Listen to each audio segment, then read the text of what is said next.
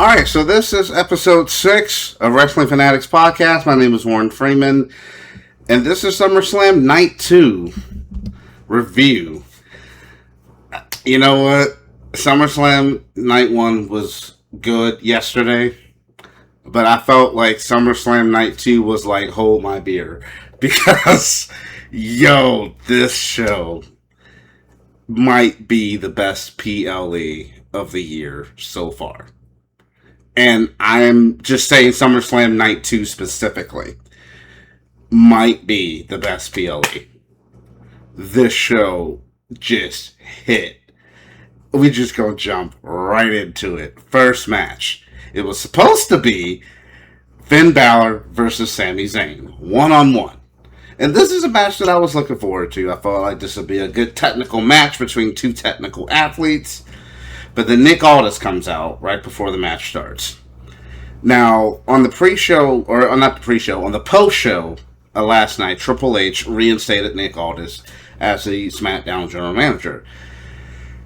So his first act as the SmackDown GM was to come out and add 2 people to this match, making it a Fatal 4-Way match. So the first person to come out was Gunther, which made sense because, Gunther is blaming Nick Aldis for screwing him out of the WWE Championship, which Nick Aldis did cost them the WWE Championship at Saturday Night Main Events when he interfered in that tag team match. So Gunther comes out, and Nick Aldis was like, whoa, hold on. I'm adding someone else to this match. And then, the wheels started to turn in my head of who it could be. And then I was thinking, Kevin Owens. Maybe it's Kevin Owens. I don't know. He's been out for a while. This would be great if it were Kevin Owens. And then, da-da-da-da-da-da-da-da. And I was like, oh, here it goes. Kevin Owens came back, made his grand return. The pop in the stadium was just that Road Warrior pop, that Austin pop type pop. It was amazing. Kevin Owens comes out, Sami Zayn sells, the shock on his face, oh my god. He actually stood in the corner and watched a 3-man fight and watched Kevin Owens and Finn Balor and Gunther fight until it was just the 2 of them in the ring. They hugged because they're best friends, and then they did their famous spot where they just throw punches at each other. I'm not going to sit here and try to remember every single spot from the match. I was at my friend's house, so I didn't take any notes. So I'm doing all this from memory. The ending of the match happened when Kevin Owens would hit the stunner on Sami Zayn for the win. And I really think that they're going to keep Sami's story going with the fact of these people are just coming back and getting title shots while I've been grinding. Punk came back after 3 months of being gone and got a title shot. Kevin Owens came back and got a title shot, after being gone for many months. So, now I have this match graphic here as, Finn Balor versus Sami Zayn, but it was obviously turned into a Fatal 4-Way. So, you know what? I'm feeling good. I don't want to put every match in the 5 tier. Not every match is going to go in the 5 tier. But I'm gonna put this match in the 5 tier. I think it is. I think it deserves to go in the 5 tier. It was a great Fatal 4-Way match. I might change my mind later. I don't know yet. But right now, it's going in the 5 tier. We go Trick Williams versus Baron Corbin up next. And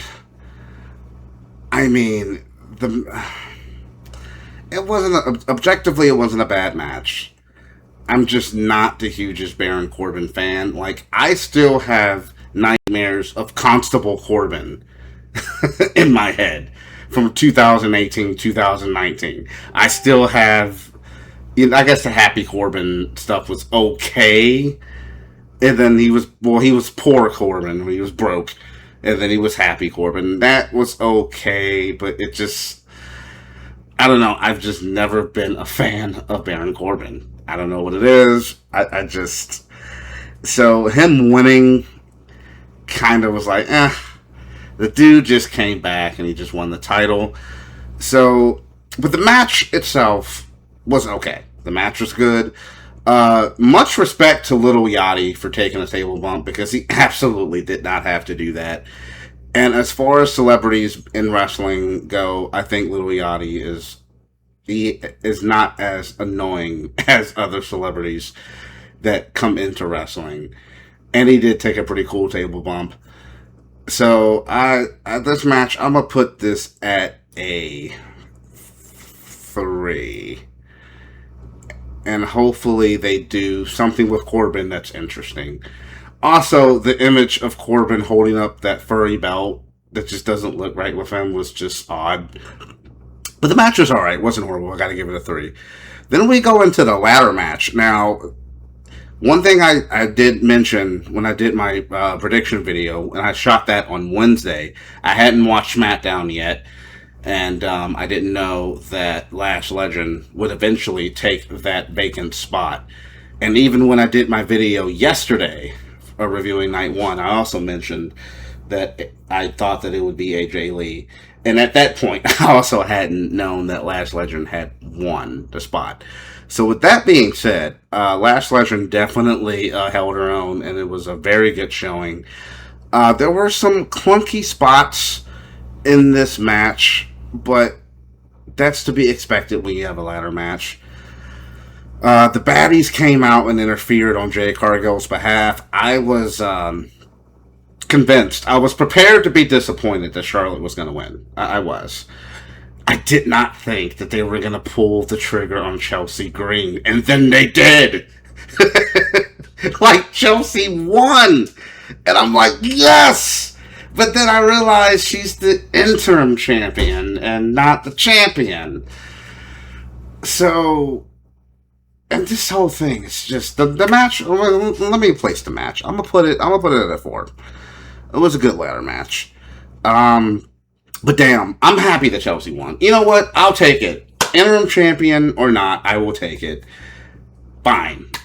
At least Chelsea got something. Finally. This is the match that I was probably the most excited about, I will say. I kind of want to put it in a 5, but I'm going to leave it in a 4 for now. Only because I was just so happy to be wrong. So happy to be wrong. I was just convinced.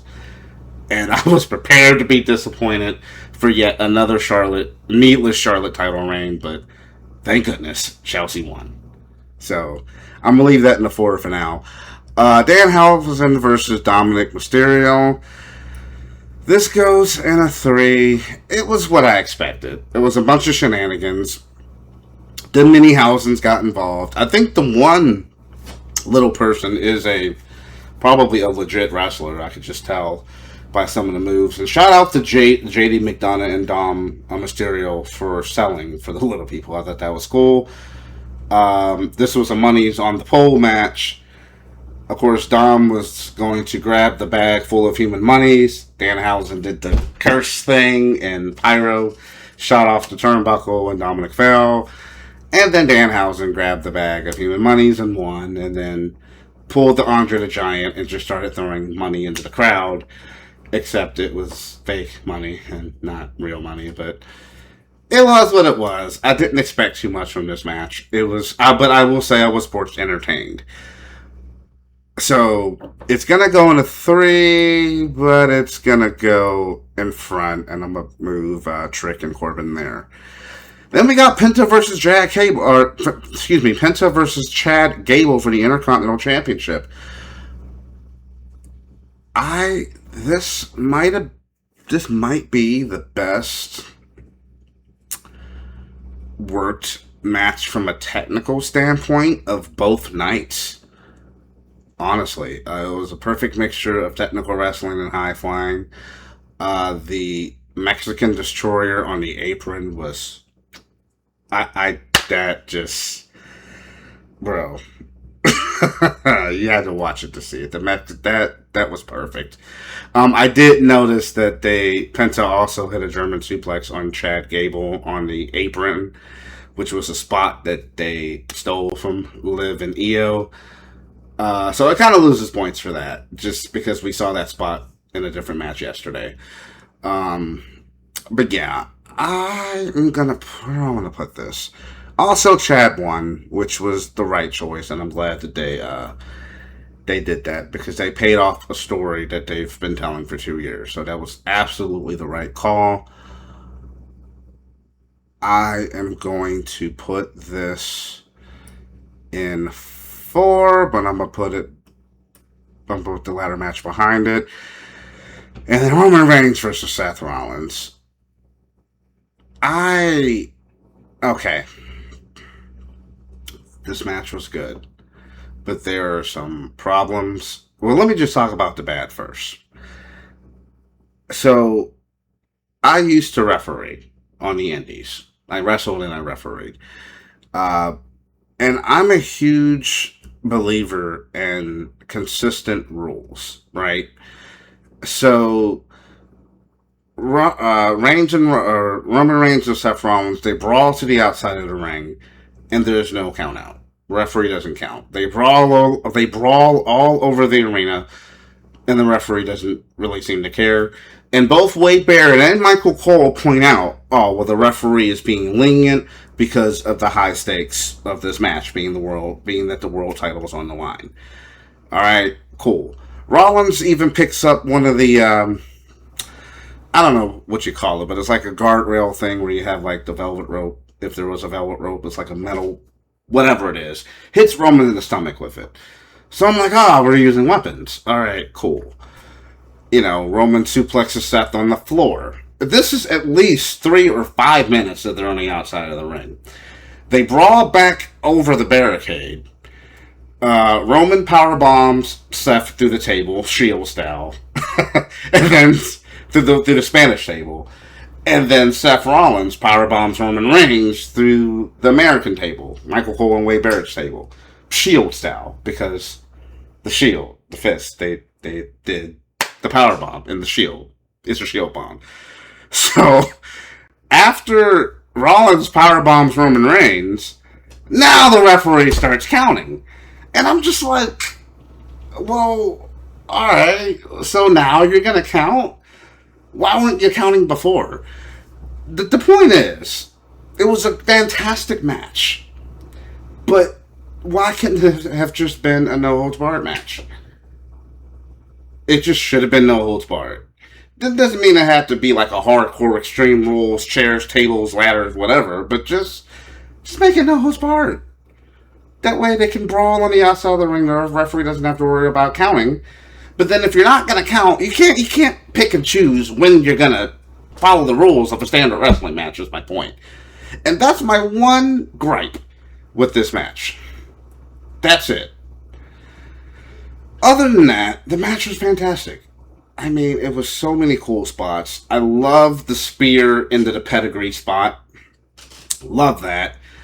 Every time Roman Reigns and Seth Rollins wrestle, they seem to pull out that spot. Love it. Of course, the referee got knocked down, and this is probably my favorite part of the match. So the referee gets knocked down. Rollins is leaning up against the ropes. Roman sees this, grabs the chair, prepares to swing it, and this is the same shot that they've done over and over and over again. This was the same shot that they used when Seth Rollins initially broke up the Shield with the chair shot. So they set up this scene where Roman is going to hit Seth. And Seth is almost like bracing for it. And then Roman throws the chair away. Throws the chair out of the ring. And then they lock eyes. And Roman, I mean, I don't know exactly what he said, but he said something along the lines of, let's just do this, man-to-man, face-to-face. And then they start to brawl. This leads to the end of the match. Roman hits one spear. Seth kind of rolls over. Roman hits another spear. Runs off the ropes twice. Hits the second spear. The referee is still out of sight, by the way. And as soon as Roman Reigns hits that third spear, the referee kind of just springs back in the frame and counts to 3. Which I thought that was another critique. But anyway, the match was good. Roman hits that third spear. 1, 2, 3. And then at the end of the match, Roman holds the fist out. well, they're both sitting in opposite corners. They get up. Roman extends the fist, Shield style, of course, and Seth has like the Shield mask that he wore for his entrance. By the way, what the hell was Seth Rollins? That entrance attire was butt ugly. I don't know what. Stay out of Becky's closet, bro. Just stop with the weird. Anyway, I digress. So Seth Rollins had like the Shield. I kind of want to call it the COVID mask, but it had the mask that they wore back in the Shield days. So they fist bump, and then they put the Shield mask in the center between them, and that's how they kind of went off the air there. And from, I guess that was supposed to represent Dean Ambrose, being that when they did that, Dean was always in the middle. And I love the fact that Seth Rollins did the wacky clothesline, and then Roman Reigns hit the Dirty Deeds as a tribute to Dean Ambrose. And Michael Cole or Wade Barrett, one of those guys, referenced, oh, tribute to Dean Ambrose. I thought that was cool. Because I noticed throughout the build-up, like with the videos and the hype videos they were showing, they were just editing Dean Ambrose or trying to cut him out. And it's like, why? It's just weird to me. So I like the fact that both Roman and Seth kind of paid tribute to Dean Ambrose. And as I mentioned earlier, you know, they had the two of them standing in the ring and the mask representing Dean on the canvas. So I thought that was a good send-off. So I am going to put this match in the 4 tier because the inconsistent rules really bugged me. I'm sorry. Like, I want to put it in the 5, but I gotta put it in the 4. I got to. That just bugged me. It really did. I mean, it is what it is, so. Alright, so I feel pretty comfortable with where everything is at. It is locked in. So 1 5, 3 4s, 3 2s, you average it out, you get 23, divide by 6. You get a 3.8, and I'm going to go ahead and just round that up to a 4. So, that's where I stand. 4, for sure. This was an awesome show.